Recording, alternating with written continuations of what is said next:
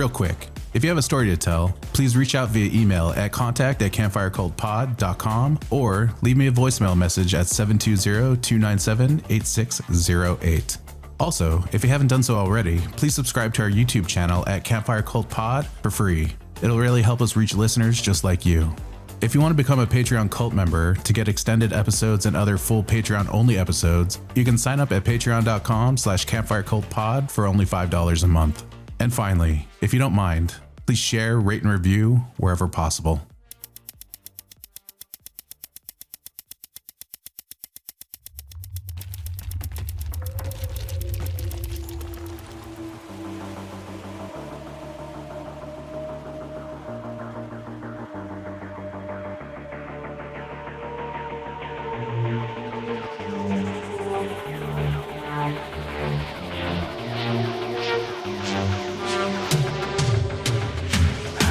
Welcome, dear listener, to the Campfire Cult Podcast. From a camper van deep in the haunted woods, I bring you first-hand accounts of chilling encounters with the paranormal. Step into the night and take a peek into the realm where reality and the supernatural collide. My name is Jazz, and I'll be your host.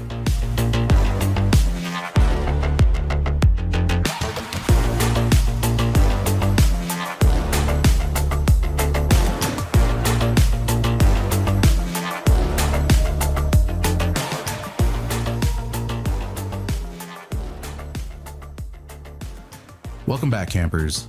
Tonight there is something off in the woods. You felt it.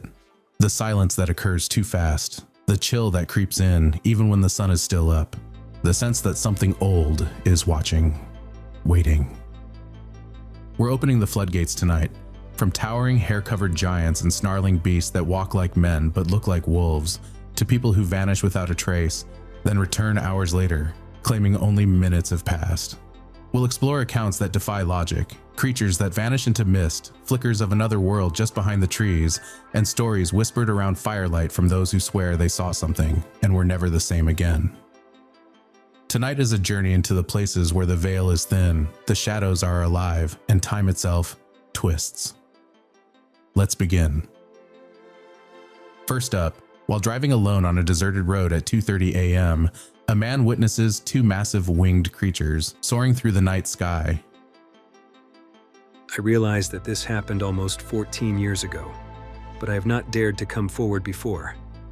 On October 4th, 2011, I was coming home from the Twin Cities, Minnesota. I live in Iron County, Wisconsin, not far from Cary. It was 2:30 in the morning. I was driving down my road and came to a dip in the road. As I started coming back up, I noticed that to my left-hand side, some clear cutting and logging had been done. All they left were some maple trees, and there was a big natural gas pipeline running through the area. It's all cleared out and clean. Right about there, coming out of the west and heading east, were two pterodactyls. I didn't know what they were the second I saw them. If I had only seen one, I would have never told anybody about it. I would have thought, wow, I need to go to bed. I've been up a little too long. But there were two of them. I don't remember if it was a full moon, but it was super bright out and the moon lit everything up. I had my high beams on. I was the only one on this road, so when I came up out of that dip, the headlights caught them. The moonlight lit them up, and it was terrifying at first. They were just cruising along about 50 feet off the ground. They were below the trees, and I'm guessing the tallest trees down there aren't much more than 70 feet. When I saw the spike off the back of their heads, running at a 30 to 45 degree angle, and their 40-foot wingspan, I knew they weren't any kind of crane. There are no cranes around here that are that big. We have sandhill cranes and some other large birds, but none of them have a 40-foot wingspan. There are swans east of us on Lake Superior, but they aren't anywhere near that size either. To this day, I haven't told anyone about it, because they would think I finally went off my rocker. So after that, I just let it go. But you can't get that image out of your mind. I did some research and realized, yeah, that's what I saw. The more I learned about them, the more I thought I'm not going down there to wait it out and see. There was nobody with me in the truck, just one of my dogs, and he sure isn't talking to anyone about it. Next, on a quiet stretch of road in rural Ohio, a routine drive turns into a nightmare when a woman locks eyes with something unnatural. This is a true story. First, some background. Mantua, Ohio is a railroad town with a creepy town center, an old railway station, and a rural landscape dotted with brick buildings. The area has sprawling properties, dense woods, and cornfields, all watched over by farmhouses of varying age and size. Route 44 South is a 2-lane road. I drove this route regularly to visit my then-boyfriend. Familiar with the area, I would usually have music on, enjoying the drive and the fresh air.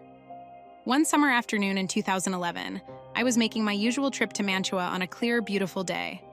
I passed a quiet stretch of road just a few miles from my destination. On the right, houses sat on 2 to 3 acre lots with big front yards, long driveways, and attached garages shaded by thick trees. Their backyards stretched into dense woods. On the left, a cornfield ran alongside the road, bordered by a deep, grassy drainage culvert stretching for miles. Up ahead, something looked off. It was hard to make out at first, but there was a large, brown, hairy mass near the edge of the road on the cornfield side. It was too dark to be a dead deer. Maybe an escaped cow. No, not that either. Something about it was wrong. Unlike anything I had ever seen. I kept glancing at it while trying to keep my eyes on the road. Then, it moved. Maybe it wasn't roadkill. Maybe it was just an animal grazing in the culvert.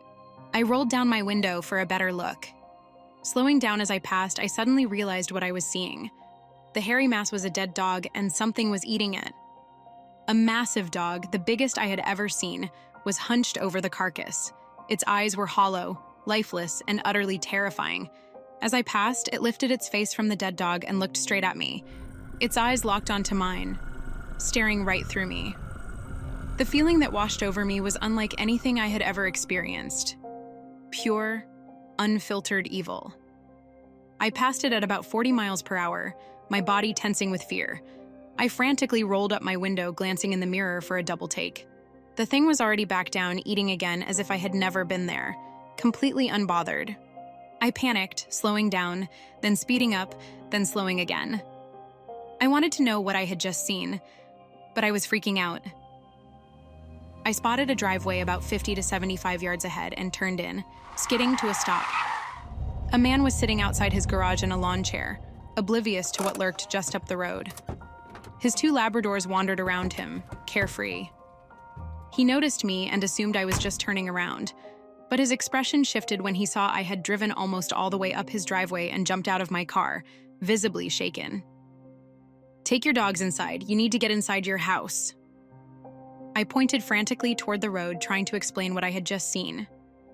He stood up, following my gaze, but the trees at the edge of his property blocked his view. It was just far enough away that he couldn't see it. I kept urging him to take his dogs inside. If the roles had been reversed, I probably would have called the cops on someone speeding into my driveway, rambling about some monstrous animal. But I was terrified, adrenaline coursing through me, ruining this man's peaceful afternoon. I don't remember how I left things with him, but I got back in my car, backed out onto 44, and headed north. Back the way I came, I wanted another look. When I reached the spot, it was gone. I drove back and forth, disbelief setting in. Had I misjudged the distance?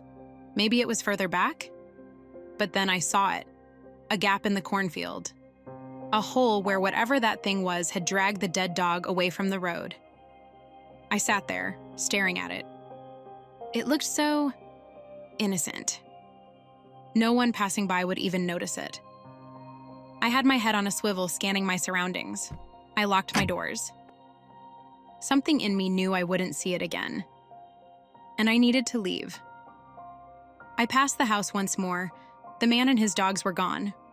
The garage was closed. Still rattled, I called my boyfriend as I drove away, but I don't think he answered.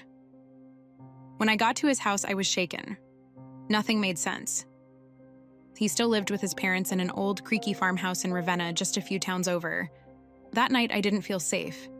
It brought back childhood fears, the kind that make you afraid of the dark, afraid of what might be lurking under the bed. I remember it like it was yesterday. I've shared this story with a few friends, but I've never written it down. Whatever this thing was, it was built like a dog. But bigger. Much bigger. It was dark brown, dirty, and at least 200 pounds. Maybe more. I've considered the possibility of a black bear with mange, but it didn't move like a bear. And those eyes, those were not a bear's eyes.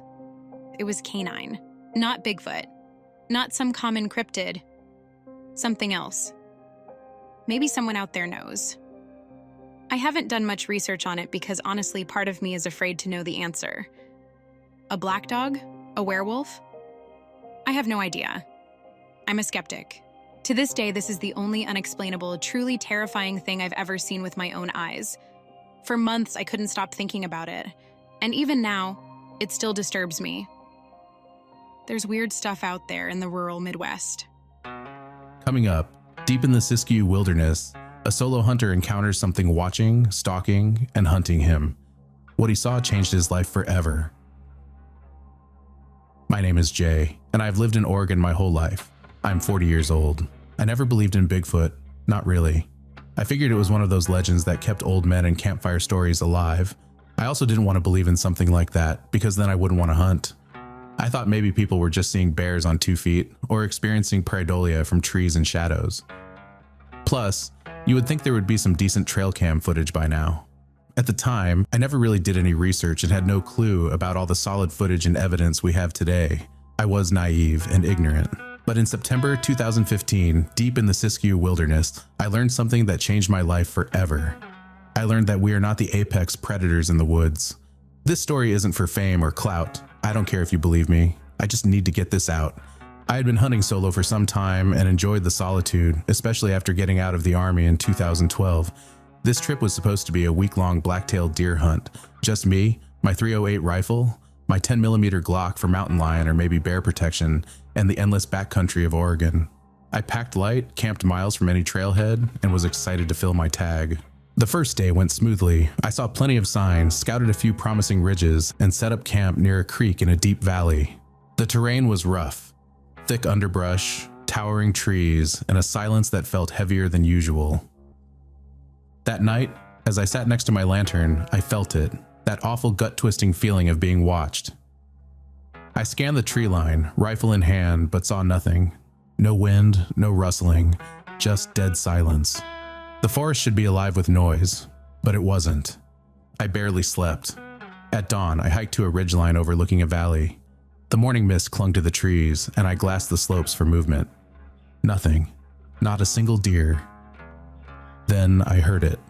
A whistle, not a bird, not the wind. This was deliberate, human-like, but wrong. It echoed from the tree line behind me. I turned, rifle up, scanning. Nothing.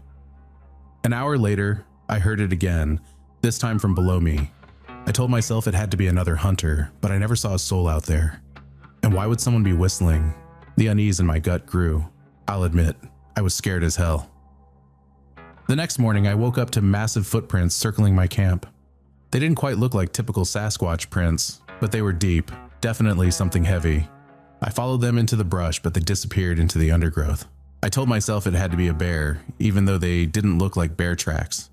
That day, the forest felt wrong. The birds were gone. Everything seemed eerily silent, besides a little wind here and there through the trees and the occasional snap of branches behind me. Then came the smell. A gut-wrenching, rotten stench that made me gag. It smelled like body odor and piss, like a mixture of unwashed sweat and old urine soaked into something living. It came in waves, like something moving through the trees. I gripped my rifle tighter. That night, I kept my lantern burning low beside me and my pistol in my lap. Sleep was impossible. Something was circling my camp. I'd hear slow, deliberate steps, stopping whenever I moved. Then, just before dawn, a deep, guttural growl rolled through the trees. Not a bear, not a cougar, something bigger, something that wanted me gone. That night was unbearable. I was shaking, thinking, I'm going to be killed by whatever is out there. At first light, I packed up camp. I wasn't waiting to see what was out there. I had 5 days left on my trip, but I was done. As I hiked back, the forest felt alive, but not in a good way. It felt like something was watching me. Then, about 5 miles from my truck, I saw it. A shape, just beyond the trees. Tall, too tall, broad, covered in dark hair, blacker than the shadows around it. It swayed slightly, watching me. I raised my rifle. It stepped back into the trees. Then, to my left, another crack of a branch. Another one. I was being flanked and I ran. I'm not ashamed to say it, I ran like hell. My pack slammed against my back, my boots tore through the underbrush. I could hear them moving, pacing me, just out of sight. The whistles started again, one ahead, one behind, communicating, hunting. I turned and fired my .308 into the trees. Everything went dead silent. Then, from deep in the woods, I heard something scream. Not human, not animal, something else. I kept running. When I reached my truck, the forest felt like it was holding its breath. I threw my gear inside, peeled out of there, and didn't stop driving until I hit Grants Pass. I didn't sleep well for 2 days, and I never went back. I've told a few close friends. Some believe me, some laugh, but I know what I saw, what hunted me. Now, I only hunt with a group, never alone, and never in the Siskiyou wilderness. Because at least I know they are out there. It's not something I ever want to experience again. It definitely gave me PTSD, and I feel like it ruined my outdoor activities, but slowly, I'm getting back into the woods, but only with a group. I still wonder, if I had slept or let my guard down, would I be on a missing poster? I like to believe they just wanted me out of their area, but it sure felt more sinister than that.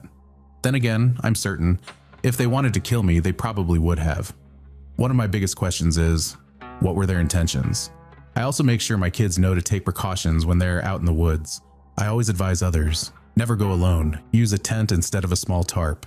Not sure which is better, but it feels safer. Stay safe out there, people. Not everything is as friendly as Harry and the Hendersons.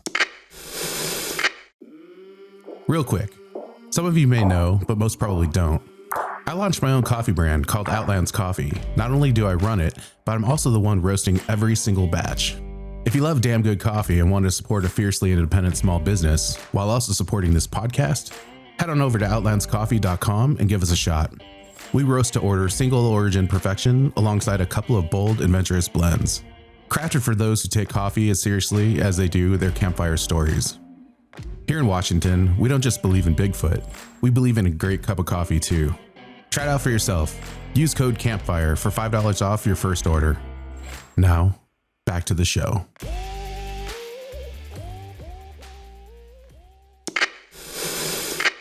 Next, in the 1970s in Wisconsin, a girl stumbles upon a ghostly logging crew deep in the woods, then wakes up hours later with no trace they were ever there. My dad told me this story several times as a weird, cool event that happened to him when he was 10 in the late 1970s, almost as if he had been time traveling. As I got older, though, this story started to really terrify me, especially since I used to play in these same Marquette County, Wisconsin woods growing up. His story starts with him doing what a 10-year-old boy might normally do, wandering up to the family forest to play on the outskirts. Mind you, this entire area spanned over 65 acres that we owned, but overall, the forest stretched for miles. He said it was a normal day, and nothing seemed out of the ordinary until he got about halfway across the field toward the woods. Looking into the entryway, he heard multiple men's voices coming from inside. Since my grandfather was a farmer, my dad assumed it was him working with his uncles. Being curious, as kids are, he ran toward the woods to investigate. As he walked deeper into the trees, he came across an entire logging crew clearing the forest. He said it was unlike anything he had ever seen. The men were completely ignoring him, going about their work as if he were invisible. Even stranger, all the logging equipment and the workers' clothing looked extremely outdated. Thinking back now, he believes everything he saw was at least 50 years old, if not older. He walked through the area, trying to ask the men where they came from and who they were. Finally, one man noticed him, squatted down and said, "What are you doing here, kid? You need to go back home." Confused, my dad agreed and followed the man back to the edge of the woods. They waved goodbye, and my dad started walking home. That's when things got strange. All he remembers is beginning his walk back, then suddenly waking up in a small, inclined area in the woods. The sun was now setting. According to his mom, he had been gone for nearly 2 hours. She had been yelling and calling for him to come back before dark, worried sick. Normally, he never stayed out playing for more than an hour. But the weirdest part? To my dad, it only felt like he had been gone for 15 minutes. He never took naps or fell asleep outside, and it had never happened before, or since. For some reason, he never mentioned what he saw to my grandmother. To this day, he doesn't know why. He said when he got home, he could barely speak and felt completely drained. Over the next few days, he convinced himself it was real.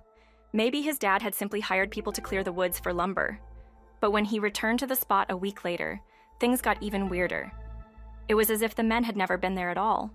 The trees weren't cut, there were no tire marks, and still, for some reason, he never told his parents. Years later, in his 30s, my dad sat down with my grandfather over lunch. Somehow, the topic of logging came up, and my dad finally asked a few questions.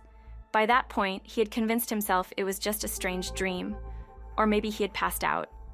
But then my grandfather said something that changed everything. He told my dad that about 30 or 40 years before he was born, his family had hired a logging company to clear part of the woods.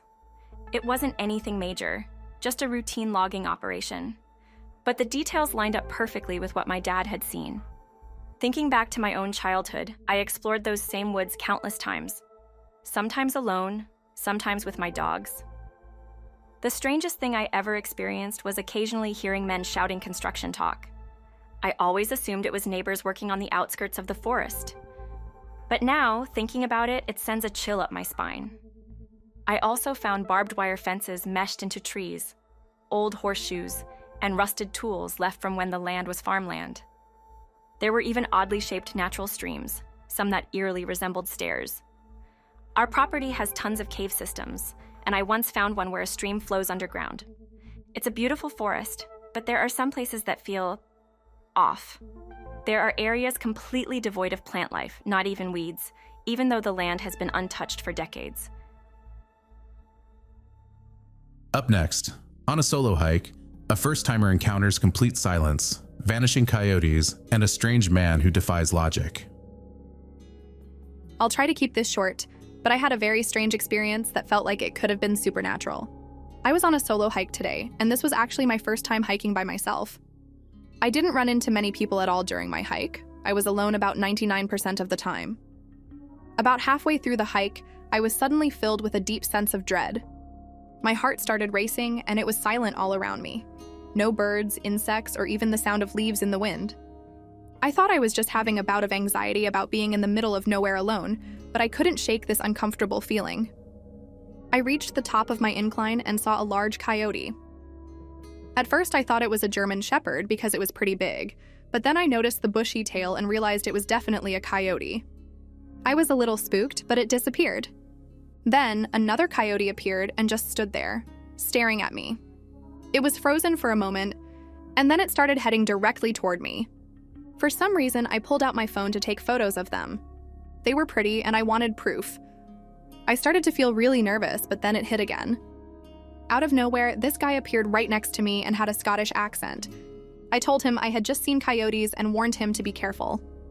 He started talking about how coyotes had come after him in the past and began walking beside me. It was weird, but I didn't want to be rude, so I let him talk. Then all of a sudden, he went completely silent, like he had just rebooted. But he kept walking next to me. A big puddle came up, so I walked around it, thinking he would follow. When I looked back, he was suddenly way behind me, like an eighth of a mile away, still walking in my direction. I was so confused. He had just been right next to me. I made it all the way around the puddle and looked back again. But now he was gone. I kept looking around, but I couldn't see him anywhere. I just kept walking, checking over my shoulder every minute or so, but there was no sign of him. Eventually, I got back to my car and went to look at the photos I had taken of the coyotes. But the photos weren't there, and I know I took a bunch. Did I just imagine all of this? Was this something paranormal? I've been in the woods and experienced the deafening dead silence this woman felt before her encounter with the man. I was in China Camp State Park in Northern California with my dog, and the forest went silent, so silent I was only hearing the sound similar to putting your ear to a shell and my heart beating. I felt instant anxiety and dread that I can't really explain. My dog stopped running around tree to tree, sniffing and marking, but stopped and just stood still. Then, after about 30 seconds of this, the sound slowly started to come back. My dread subsided, and my dog went about his business as usual. It's been about 10 years, and it's still with me. I've never felt like that before, or since. Not sure if I missed any time like I think the woman did, but something was off. Coming up, deep in the Sequoia National Forest, a remote campsite turns into a night of terror. In July 2017, we were camping in Sequoia National Forest, California. Our campground was about as secluded as it gets. Just to reach it, you had to travel on a treacherous one-way dirt road, if you could even call it that, for over an hour. We arrived in the afternoon to find the campground had only 2 other inhabitants, the campground host and an older lady with a small dog. We set everything up, cooked dinner, and settled in to get some rest as the sun went down. Throughout the night, we were awakened occasionally by sounds. Nothing out of the ordinary for camping in the dense woods, just branches, snapping, and movement in the trees. Around 11 p.m., we heard something rummaging through the bolted trash cans around the campground. There were no bear-proof bins here. Knowing we were in bear country, I beeped my car horn a few times to try and scare off whatever was digging through the trash. It kept coming back. As the night went on, things got stranger. A meadow about 100 yards from our tent, where we had seen cattle grazing earlier in the day, became the scene of something horrific. We heard cows screaming, blood-curdling, agonized cries like they were being torn apart. My first thought was it must be a bear, a cougar, or maybe a pack of coyotes. Some kind of predator was attacking them. It was obvious they were in great distress. But then, we heard a noise unlike anything I had ever heard before. It was a loud, deep howling sound, almost like a portamento starting low and rising higher and higher in pitch. It was so loud I could feel it vibrating in my chest. Needless to say, we were all pretty freaked out. It didn't stop there. Along with the sounds of dying cows, we heard massive branches being torn from trees. Something was knocking against the trunks, like a rock or a stick being slammed against the wood. At one point, something big was walking around our camp. When we shined a flashlight toward the tent window, something massive went running past our tent, shaking the ground as it moved, and it was fast. Eventually, the commotion died down, but not before that eerie howl rang out again, this time further away, deeper in the woods. Of course, I didn't sleep at all that night, and I anxiously waited for sunrise before inspecting the campground. Even though we had heard trash being ripped and bottles clanking together, the trash cans were still upright, bolted shut, and completely undisturbed. That struck us as odd. A bear surely would have left more of a mess. We searched for bear or cougar tracks, but the only tracks we found were human-looking, bare feet, slightly larger than normal, but not the massive Bigfoot prints you see in those plaster casts. I have never been a conspiracy theorist. I've always been a skeptic, the kind of person who laughs off Bigfoot stories. But this freaked me out. As for the older lady camping next to us, she was gone by early morning. She packed up fast and got out of there in a hurry. As the day went on, the idea of spending another night there, now as the only campers, became less and less appealing. We packed up quickly and left before the sun got too low. On the drive home, still trying to make sense of what happened, my girlfriend pulled up various sasquatch sounds recorded on YouTube. Some were ridiculous, but one, recorded in Ohio, I believe, sounded identical to what we heard. Let's just say I'm a little less skeptical than I used to be. Next, deep in the Blue Mountains, a solo hiker encounters something impossible, something watching her. I frequently go bushwalking all throughout the Blue Mountains in New South Wales, Australia, and have done so since I was a kid with my dad. Sometimes for shorter walks, I go alone. Yeah, that could be dangerous. And as a woman, I could have an added risk of being attacked or whatever. But I carry a couple of knives with me, so I don't really feel threatened. I also always bring a satellite phone. I just love and crave that feeling of being entirely surrounded by the bush. Anyway, around 12 years ago, I thought it would be a good idea to do an overnight walk by myself. Bad idea. The walk was fine. 3 or 4 groups of people passed by the other way on the first day. Near dusk, I picked a little area to stay overnight. I cut a few ferns back and made a space to pitch my one-person tent. I was maybe 30 meters from the track, mostly out of sight behind trees and such. The usual wildlife noises were going on as I drifted to sleep, though there was a strange noise. I can only describe it as a bounding sound. It was like somebody was sprinting through the bush right past me, but it went by way too fast with too few steps to carry a person that distance. Also, if you've ever seen the bush in this area, you'd know there isn't much open space on the ground to walk freely if you're off the track. You have to at least wade through bushes and ferns, so you can't exactly sprint full speed without eating dirt and debris. I felt a bit uneasy but thought it was probably just stuff falling from a tree or something. The next morning, I had breakfast, packed up my things, and continued along the track. I passed a couple of people going the other way, then was alone again for maybe half an hour. Then I heard the sound of a stick breaking, like someone stepping on it. The sound came from behind me and to my left, away from the track. I turned around to look, and nearly died on my feet. A fair distance into the bush, something was standing there, looking directly at me. I wanted to believe it was a person, but it wasn't. I can't judge the exact height, but it was obviously very tall. I'd guess around 9 feet. Its skin was dark gray or brownish. It had a horrifically large head with huge black eyes. I couldn't see a mouth or anything. Its arms and legs were really long. I was almost crying. Tears welled up in my eyes. Completely frozen, staring at this creature, it was like my legs were locked in position. The longer we stared at each other, the more this overwhelming feeling of absolute dread built up inside me, like nothing I'd ever felt before. The fear escalated until I could see my heartbeat in my vision. Then suddenly I bolted. I sprinted away, continuing on the track. I ran and ran, too scared to look behind me. Tears were streaming from my eyes as I ran. I didn't stop until I caught up with some people heading in the same direction. They looked at me and said, "Oh my God, are you all right?" I was exhausted from running so hard for so long. I told them I saw something in the bush and asked if I could walk with them the rest of the way. It took me 6 months to go bushwalking again, but I never go alone these days and you couldn't pay me to.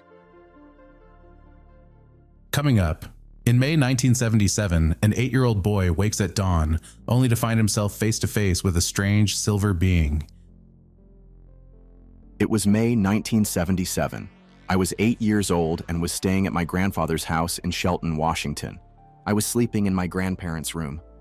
At dawn, I got up to watch cartoons, or more accurately, to watch the test pattern until the cartoons came on. When I stepped into the main living area, I saw a being. The entity was a dull, matte silver in color. It stood about 30 feet away and was roughly 4 feet tall.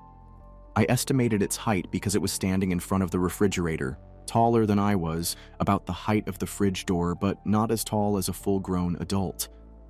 The figure stood motionless. It appeared to be wearing a suit, but the material wasn't cloth and didn't wrinkle. It looked robotic, with lifeless eyes. After what felt like an eternity of us staring at each other, it slowly raised a hand into the air. Though I didn't sense any malice, the gesture unsettled me. Without hesitation, I turned and ran back into my grandparents' room, diving between them for safety. I didn't leave that room for at least 3 or 4 hours after they woke up. I completely missed all the cartoons that day. For years, I never told anyone about what I saw. I was in my early 30s before I finally spoke about it.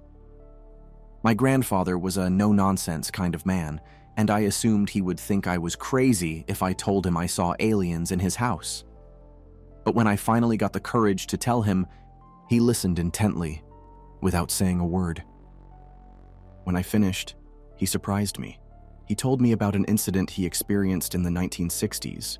He, along with 2 logging crews, had watched a 45-foot disc fly silently below them while they ate lunch at Camp Govey, a logging site in the Olympic Mountains. It hovered for 15 minutes before disappearing. He even mentioned several other witnesses, including my childhood baseball coach. It was a shock to hear him speak so openly about UFOs. As a devout Catholic, I never thought he would entertain the idea of aliens. His worldview and faith didn't seem to allow for such things. Anyway, that's my story. You often don't hear about robot humanoid sightings, or at least I don't. This story reminds me of a couple of incidents in the 1950s where witnesses see an entity that looks like the Michelin Man. For the first encounter, we're headed to May 1950. Mr. Pirard and his sister's daughter, 14-year-old Madeleine, had gone to check on the cows accompanied by their dog. As they were crossing the field, the young girl screamed and pointed to the sky to what at first she thought was the sun. They then saw a ball of fire that approached them and passed in front of the pair. The object stopped to hover, and both noticed that it was in fact a saucer-shaped object, made out of a completely translucent material. like glass. Inside, they could clearly see a small man, about 1.4 meters in height, with arms on its side. Wearing what appeared to be a tight-fitting diving suit, he was absolutely motionless. His suit resembled that of the popular Michelin Man from the Michelin tire ads.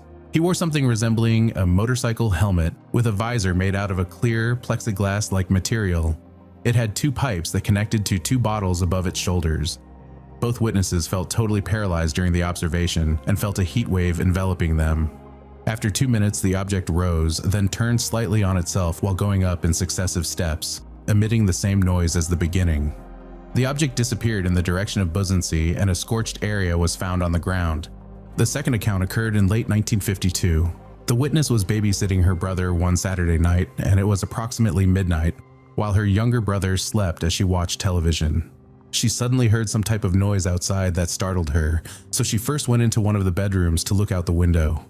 What she first noticed was the shadow against the streetlight, and then she saw this being standing just across the street. It was tall, well over 6 feet tall, and had these antenna-like protrusions sticking out of its helmet or head. She wasn't the science fiction type as a child and never watched those types of movies or shows. She then ran downstairs to look out the front door, and it was still standing there, but now she had a better view. It again had all these antennas sticking out of it, which was the most noticeable features besides the robotic nature and the way it moved out of view. The being was described as a cross between the Michelin Man and a 1950s sci-fi robot, but metallic in nature. It had cone-like antennas sticking out where its ears would have been if it had any. It moved in a sideways motion to get out of view, and that's when she became frightened and ran back inside the house. She later told her parents, and her Air Force officer father, of course, laughed it off. Around this time period, there were several other accounts of this being. Do you think entity sightings coincide with popular culture at the time? What I mean is, the Michelin Man was a very popular archetype at the time. Recently, alien greys are the popular visual when thinking in terms of aliens. Could these beings be the same thing, but adjusting our perception of them based on what's popular at the time, a way of easing any fear of it? Let me know in the comments. For our final story of the evening, a hunter's quiet night in Pennsylvania's game lands turns absolutely terrifying. For anonymity, we'll call the witness MK for his initials. The area of the incident is along Spring Creek in the Pennsylvania State Game Lands, located just north of State College and southeast of the town of Bellefonte. It consists of over 1,200 acres of rolling and forested terrain, interspersed with fields to aid pheasant hunting. The primary game species here are deer, turkey, squirrel, and grouse, with introductions of pheasant and small fur-bearing animals. MK had been going to the game land since January to scout out locations for raccoon hunting. After receiving his permit, he began to hunt the area in earnest in early February. Nothing out of the ordinary occurred until the beginning of February. The witness had come to the area on February 1st at approximately 6:45 p.m. to raccoon hunt. He parked his truck at the trailhead of Spring Creek Canyon Trail and then hiked northeast. He walked around the first curve where the trail turns to the east.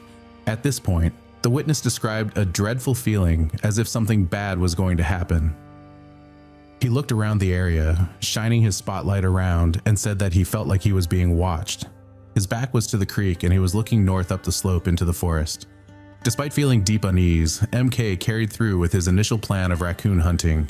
He set up his Predator Hunter Fox Pro Patriot to blast raccoon fight sounds and baby raccoon sounds to attract raccoons to his location. The call had a timer on it that was set for 4 minutes. MK described a feeling like he was being watched the entire time. Visibility was extremely low, as Spring Creek is in a semi-canyon blocking out most light, leaving only a limited amount of open space for stars or moonlight to be seen. It was nearly pitch black, although what ambient light there was did allow for some discernment about where the creek was due to the ripples catching the dim light. While he was using the Predator call, approximately every 30 seconds MK heard a plap plap plap sound near the creek, as if something was hitting the water. The water was moving and gurgling as creeks do, but this sound was distinctly different and apparently caused by an external force. MK looked in that direction but did not see anything moving. After the Predator call finished after 4 minutes, MK decided to leave the area. He was feeling a bit freaked out. He gathered up his Remington 870 12-gauge shotgun, spotlight, and Predator call and walked back up the trail towards his vehicle at the trailhead. He stopped and turned and looked towards the creek and shined his spotlight. That's when MK saw a black silhouette on the opposite side of the creek disappear into the brush. He continued to shine his light but did not see anything else. And then he turned back down the trail and continued walking until he reached his truck at the trailhead.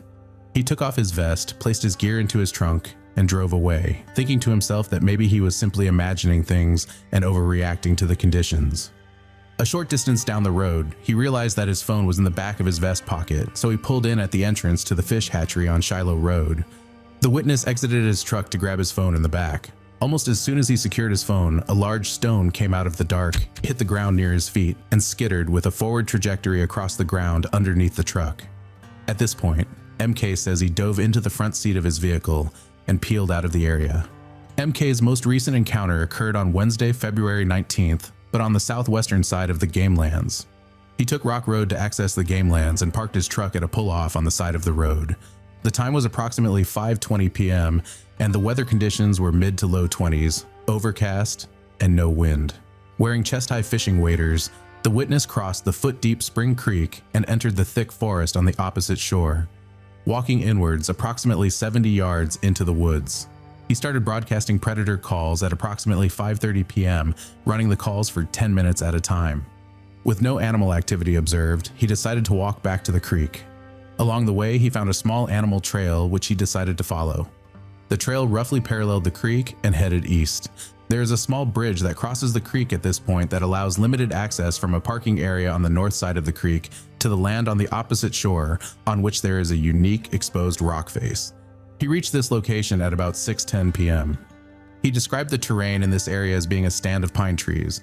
The ground cover is open and not too thick, but the canopy is extremely dense and blocks out much of the ambient light, leaving the forest floor beneath the trees very dark.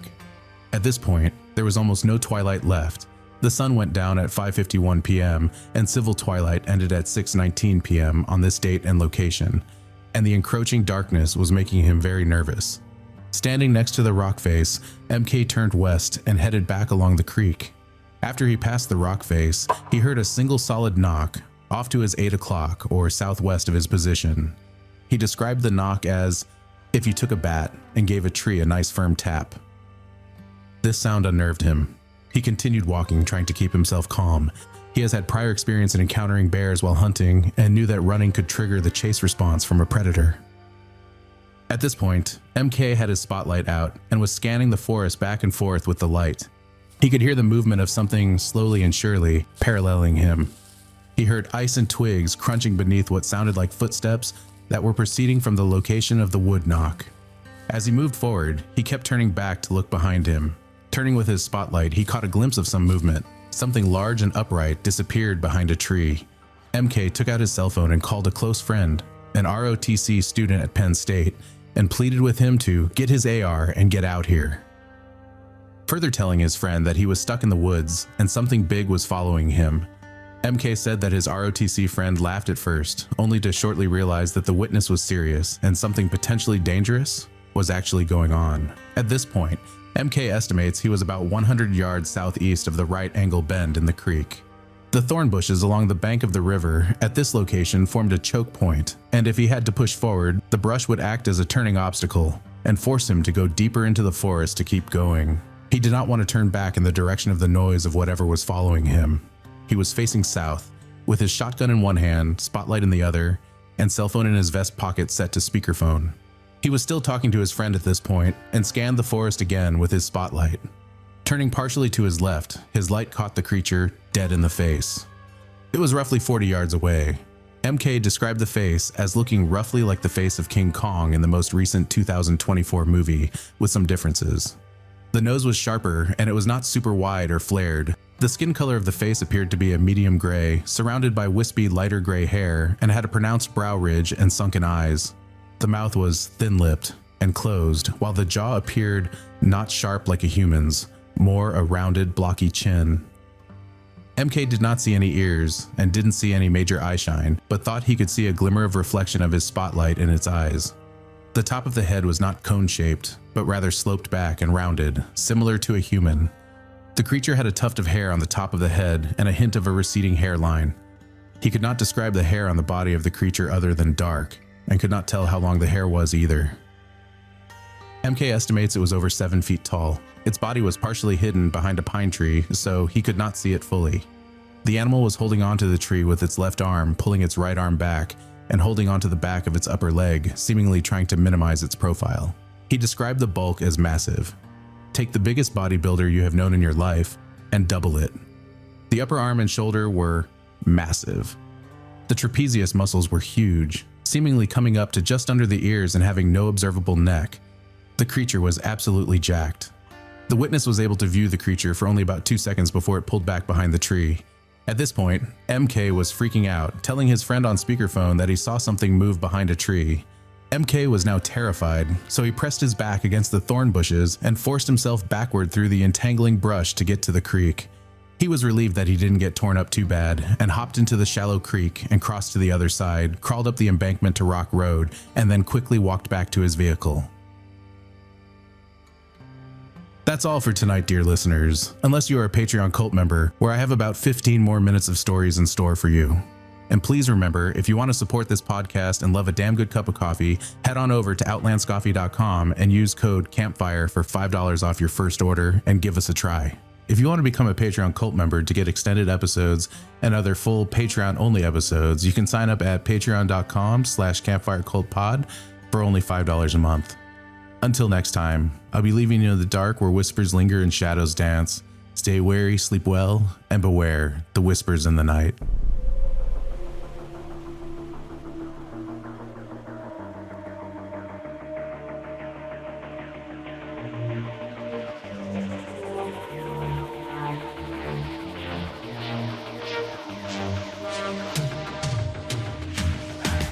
If you have a story to tell, please reach out via email at contact@campfirecultpod.com or leave me a voicemail message at 720-297-8608.